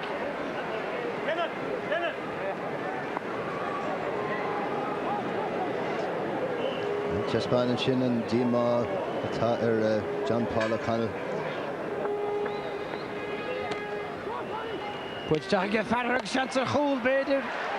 I guess need some hain. Talking again, I live because Glantamach again, Padio Dwyer, Connor Fitzgerald and Ish. Colnana, yeah, and this is Colnana, Diana Vanova. Fact to get Adrian. Tepaneri, Glanamata, Augusta, Shacknessson. Shoot, stop her, Rolchan Keen. Well, the night Hagakro, the Titima Makahal in Ishtur in the knee, Vishanson Shin, no matter him. Egna Galivi can score Oilach, Blackalach and Willie. Agus Anish Tagan and Slitter Shears could be in Tevelet and Fark, Agus Fine Limnach Willie Sayer, Agus Neil Doughter Bihagamaka, Gavayakshi Coolin and Gownshan, Agus Counshaw Hog Island, Patrick Kirby. Shawel ta Trikin Kona and Forili Niki Helige Makin, Satana Lasha. Hier de rechtige Kirby, dus kan naar de Sherwa de Neger, Eugene Gnu.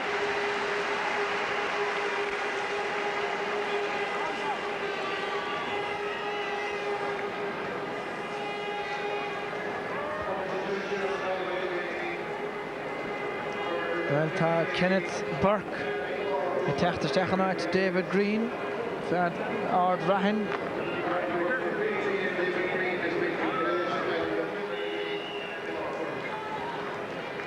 Well, bhí Cyril Farler a riimiis an gluthe go raibh sé den dácht go móthach an ghailibh craibh feibhlíon is fithe mar hobar astócha talent an bhar an síintir ach seo lá tabbaisteach ar faddóibh an tóin titithe go thomláin asta agus seo slad ghuilthe go mór ar chraithe na nimiróí agus an ceann is fearr nuamh fósaige fearr agus gaffaistigh go má seantas a Richie Murray beidir agus an pointe fachtaige Murray ach isaige go raibh sé ceartaige cúil a gháil beidir. Ó sé bhí cúil a teastáil a Richie agus rinne David Ford go mai.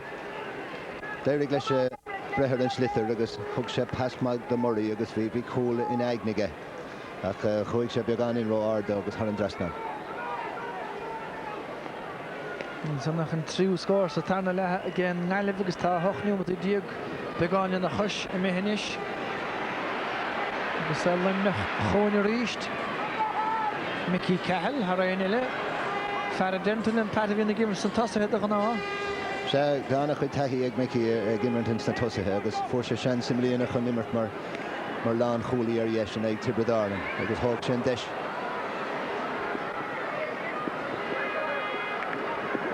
Gan tensa hort a Richie Murray sacrú an slitter Niall mór níocha Pádio Dwyer-son I cíimead leis go daingan is go docht.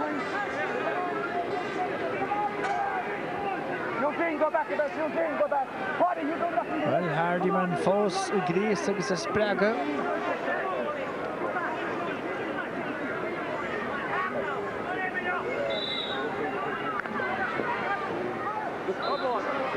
Damien Raylan sun de limnach a córach us ag bheith an pucsteach a limnach a stáilim.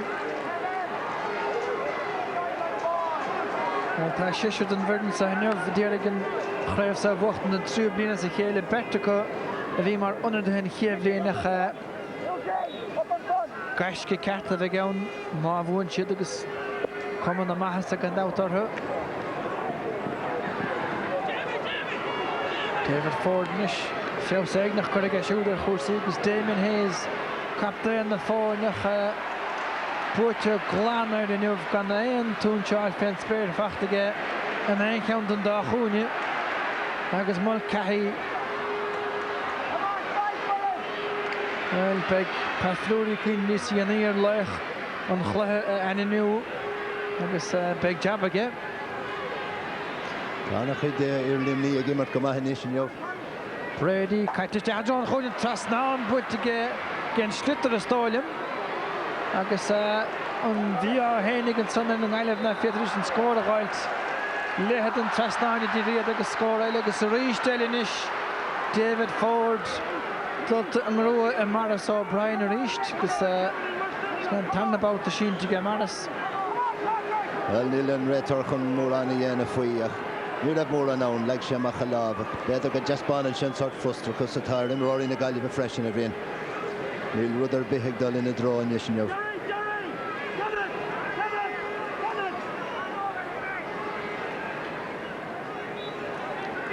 Well, is beag cheap Dave Keane go tucach sé chá box a heir. Ardú céime fachtaige fé mar thráit go níos gríon bhirna síintir a gcóirbeacht ar Éamonn Cregan. Agus well más an chóir seo ar bhíonach na hamána a liminach. Beag rathartha lua go leor a déangas na síintir Damien Rail har aon eile gafach an Keenanson agus pointe des fachtaige fear an ospedéil bhaile Hubbard do hénig.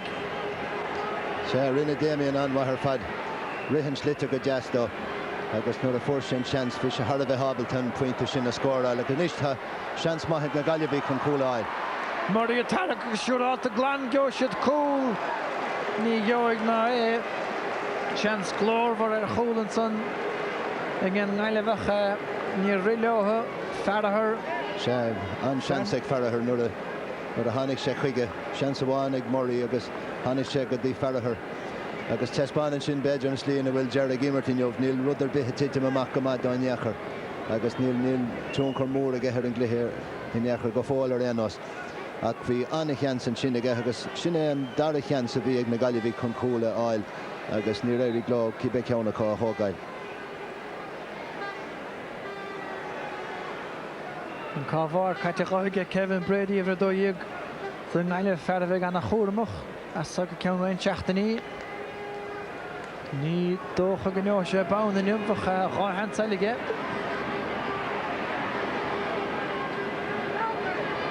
Le cuiineh siar na chluí go léir bhí ge Limerick im líana an faointe bháinna bhí les baráil cáir chorcaig cólastáil an bhíidiríad agus an chlár agus dáchlathe a gunne habardáin ga chéan chumar scéal go mú fuarhan san goháir an tanna le lánar bhíidir cheir faointe chun deirig agus an breise stristecha ach tháinig Andrew a seachtain síon lásan an sa an nóla saoil agus scoráilte a cúil in a chuis agus tháinig Kevin Tobin in na gheabh gníir le pointe agus chódrá necht go neachtain na dhéasan an breise anna chóir thuidir ag daoine áine gur ábethech anna chóir ar irin gur féad le buchtanú go bhfuil go conas buchtant agus iad go mór febrú. Well, mar dúirtar tespáin an lá seo an buntáiste bhí ag fir an limní leis na cluichí timer go cá.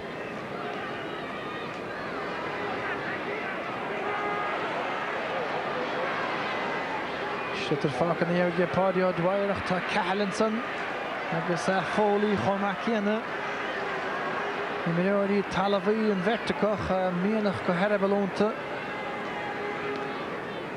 Agus an aireann is seanna scaoilte go deir fud na háite seo David Ford agus tá pointe deasfachtaige nó bhfuil cepas go raibh.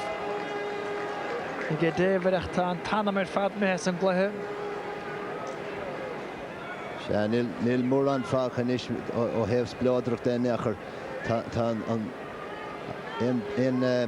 splódracht a bhí sa cluiche hála sé go luas i chéad le tá an saoil imethe machchas agus feicimid is roinnta bhainte na Galway bheith fágáil na páirce. Beag go bail go bhacha dhéine do bhainte Limerick start simple tranhóna.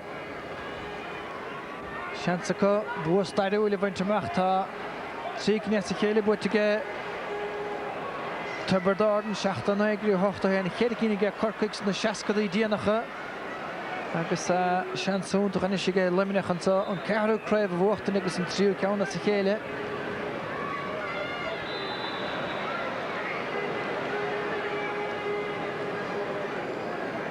Well, Pat hanú cuiineh le tamlínar lech na himmarthe bhfuléine cuine chuút. Tá méid sin daine ag gimmert go maiid go bhfuil sé beagnach Harbheith cruúig ach tá Eugene Mulcahy gimmert go hanmha cumáil le pádaí adhair a seachnaí ó an fólaí agus mar sin de ceapim sé beidir inneomh go bhfuil an gradam sin tilte ag Eugene Mulcahy. Well, amach le hólinn seansa go maríonn san agus an leúir fad gin slua.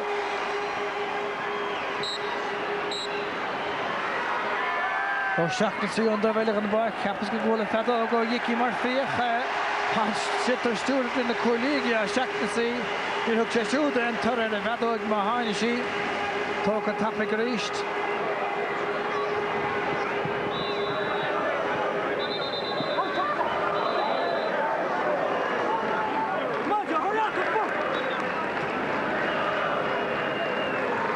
Agus na takeáir inis the Galway chun ceiliúrtha ach beidir go meach scór nó bhá an sa fós den ailemh tíomat 10 second na maisin na dulga ceann scríbe agus fearthar inis iadar me chan chéimhigh ar thuairt fé chúl. Tá sé 60 leistíir den sitar an sa agus tíimi agus a choir lecathe a prapáil bú tuisteach éisiach sáirithe an lína chear a réidir díagan san i gé náil mór agus blocáil tar ríist ó bhrain mehanní agus Eugene Mulcahy teachta amach a réist Maccarína Fartí Selina Lán Chul Chahe Mickey Cahill a gáil chun cín bhí puinte testáilúig ach chaid sé Shelley ver Stitter Joe sé seansar in is Vicky Wochel agus a réist clíte Tá lína lán chosinte ag lán seáil na buchanna séra agus na húnsa inis. Well, Pat Chahe animathe go sa mar lecht na himar Eugene Mulcahy ó Liminach.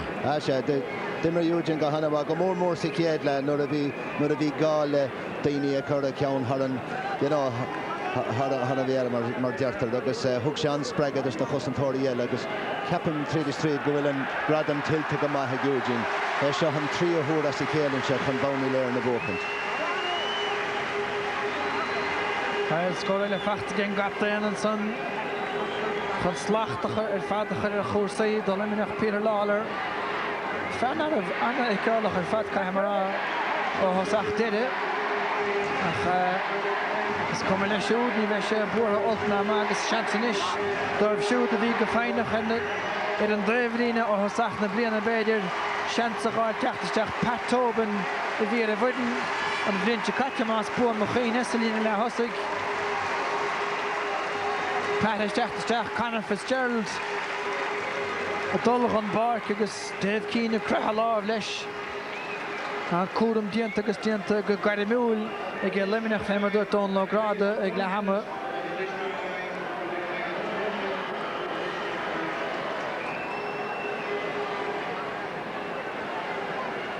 agus beagán le chuir sin nuamat le dul inis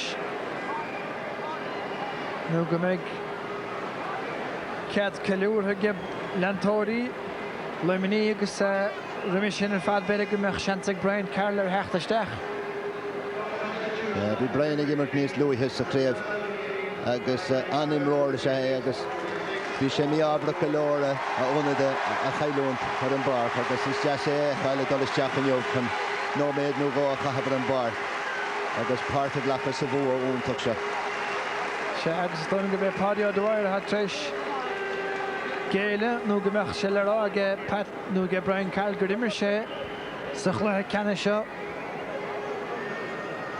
ceanna le túlingt a mí eilehádistigh seachnasaí a feire Hans ach Adrian Colnán an san der meile agus chalais dianta ar Colnán dréir dára ar san Maltóir Tá an tam caite agus ní iniste déanamach ge Dickie mór fioch pe ann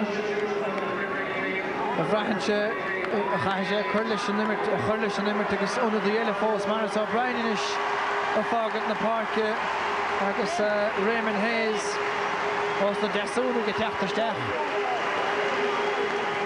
agus an chudéile fadacha na hunadathe ar a dóibhlíne a prapáil chun ceiliúir hána fó curtha haráing den tríor bliana sa chéile I gceith foiineóg seo Luiminí agus se David Ford dul chun cín agus bhfuil tána dóg sé go Dickie Murphy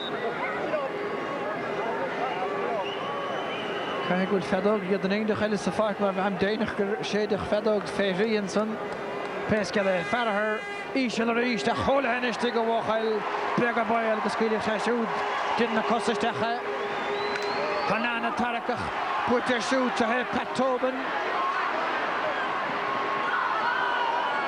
Well, cinnimh sé gréim chuna ceúirta agus sleapáile builte an san chuine a bhaintear Luiminí McKean an bátasá agus an áíre an chluithe mithe chun donna sé bhhaine sé cúpla nuamata nuas óna de teachtasteach ar dala agus an chudéile chun san ar a bheith sásta Well, bua anna bhóg anna chaimseach ar fad a chaim déineach nafilm chaileh chohannis agus John Hardiman agus well is da honna tugann sé cad a hála an éachar dóigh níor hasnéidir an éachar clíte ó cheann na páirce ón giad nuamata díar fá agus Pató níoch Kirby an sa Patrick Kirby chun pointe éile gáildóibh Well, nuair a Harlíonn rudí mar seo Bíonn sé Jackar é bhíú, ní a bhéine cappa go raibh fuair na Gaillimh go donna neachar agus cap Brian Fadini go raibh seansacha an cluiche bhócant. Ach fuair mar a dúirtar bhí an tríd is tríd an táma thosaigh limnach a gimmart ní raibh seansa ag na Gaillimh ag neachar mar bhí muintir limní rá happy go agus ar an lá bhí si bhí ráháid dóid freisin. Well, near the bench, Dickie Murphy for second now. Right on the back finish. I guess Ish Lemointer Lemony, Kalura on Kalura Tosna. I guess Beffer Kalura Shirga Bundu and Dargna here. Cushion in the Nacht. Margoville and Trio Crave. Ille Aiden for Venus for Putte. I guess Putte got slacht for.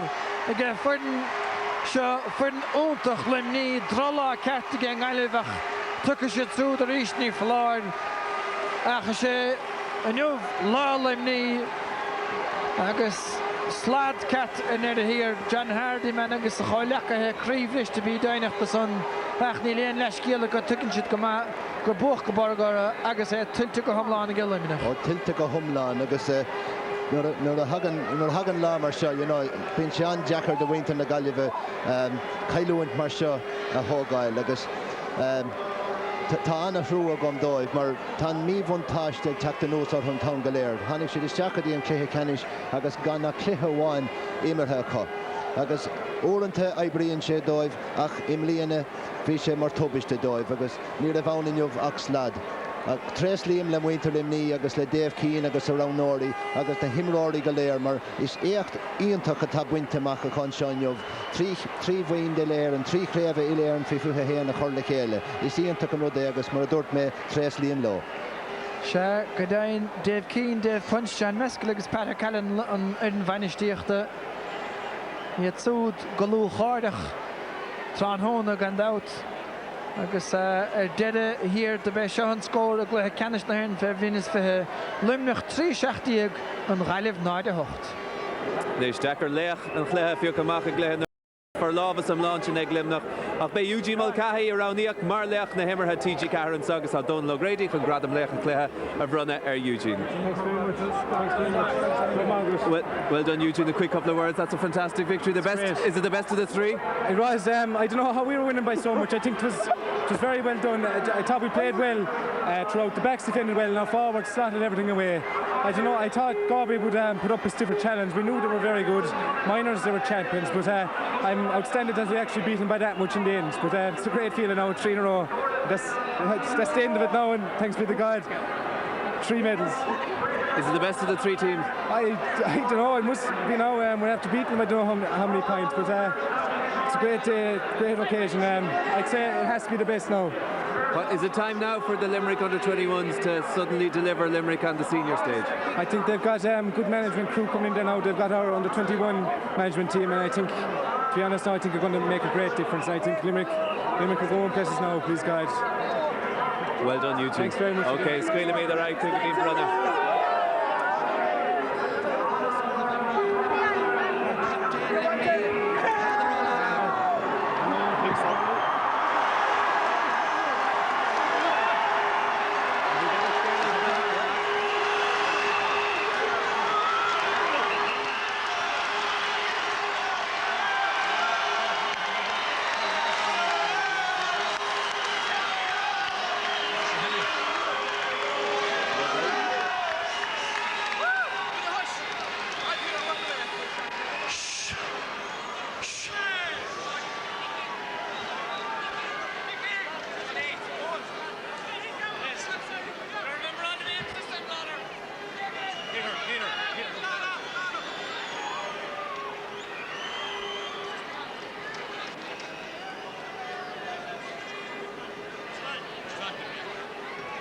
Tá Solomon Colin Shaw Glacka Son Fernley Morley got the line now.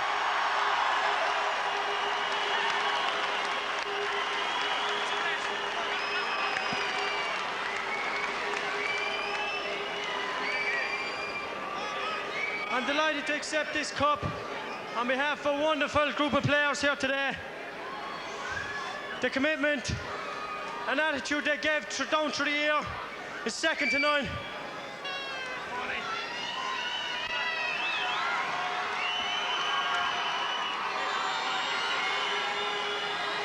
I'd like to thank Dave Punch, our selector, John Meskel, and our trainer, Pat O'Callaghan.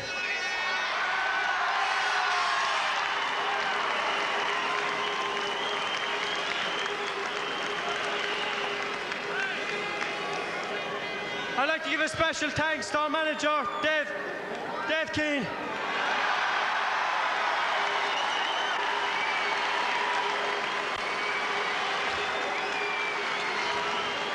I'd also like to wish them the best of luck as they go forward to manage our senior team in 2003.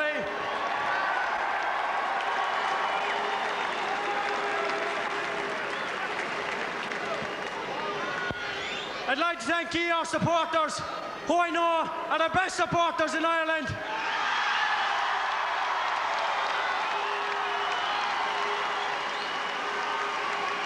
I'd like to thank our sponsor, Tom Moore, for all the gear that he's given us down through the last 3 years. Thanks a million.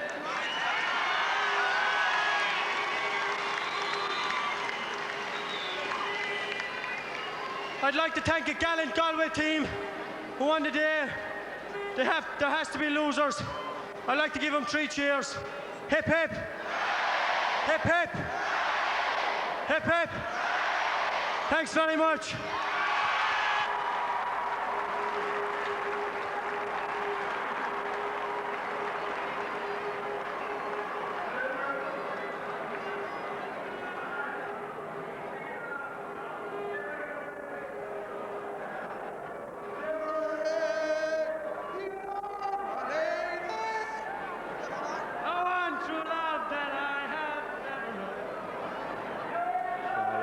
Agus le Peter Lawler agus lena Aaron Shansley and Limerick and Gano and Sutranuna and Colleen Sean, Colleen Brasha ag Andrew O'Shaughnessy a chur ar a Malachiad.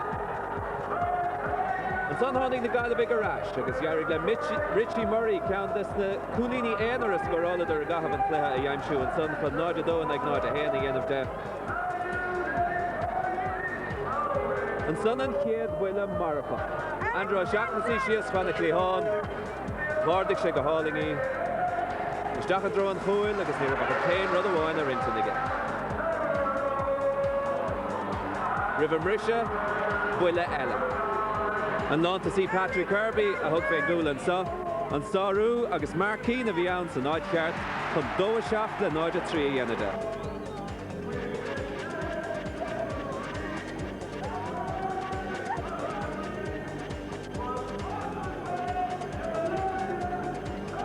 Rashlo and son agus Colleen Braille go River Marisha a Hagen score ag Laham 2 and ag 9 3 I bhábhar na Limní. So Dara Lanir of a Ghanu mit Cata nor a Honig and Kied Kulela agus a Rish in fashion O'Shaughnessy and Vertoiv. By na Galavig JP O'Connell and son gone out John Paul Dieberha as an Druv Willishaw a Rowan Foley.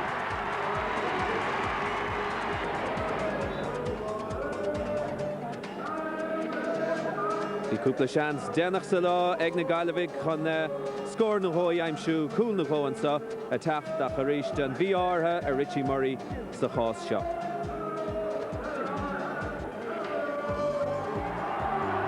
Okay, sena statisticí anglathe bu a thar bheith compórdaach ag Limnach an tríú bu a críomh sa chéile chu Limnach 3-7 Gaillimh 9-8 agus deis curtha ar fóríl ag na Limnaigh I gahabh na hóra a phléig freisin. Magalord.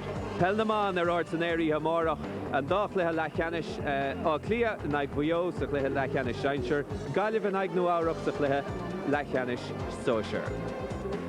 Freisin clethe canis amán na hhéireann fé féin, an taction galéir ríist an sa hóstaid sample Limnach an aig na Gaillimh, agus clethe canis pelle an lú, réanathe matach an aig Nevbrí.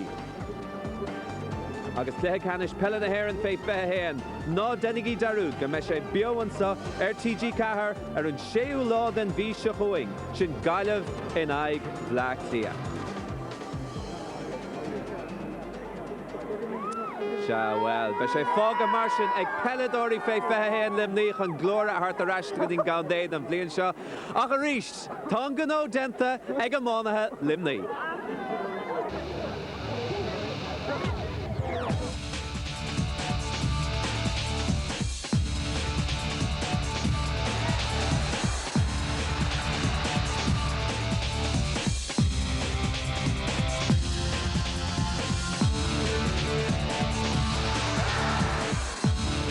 bheith an Muppet Show ein chuoib trúna mar bhí fógraí go bhfuair nárthas an clifanam, a bain chéad agran eile le feiceáil agaí amárach ag leafadéis sé trúna, gus ná díonna í dearmad ar i garú báta gon tra chealteach, bheits le feiceáil agaí ar rugby beh de hína se hagan ag chuidnú a chiad hééis seach.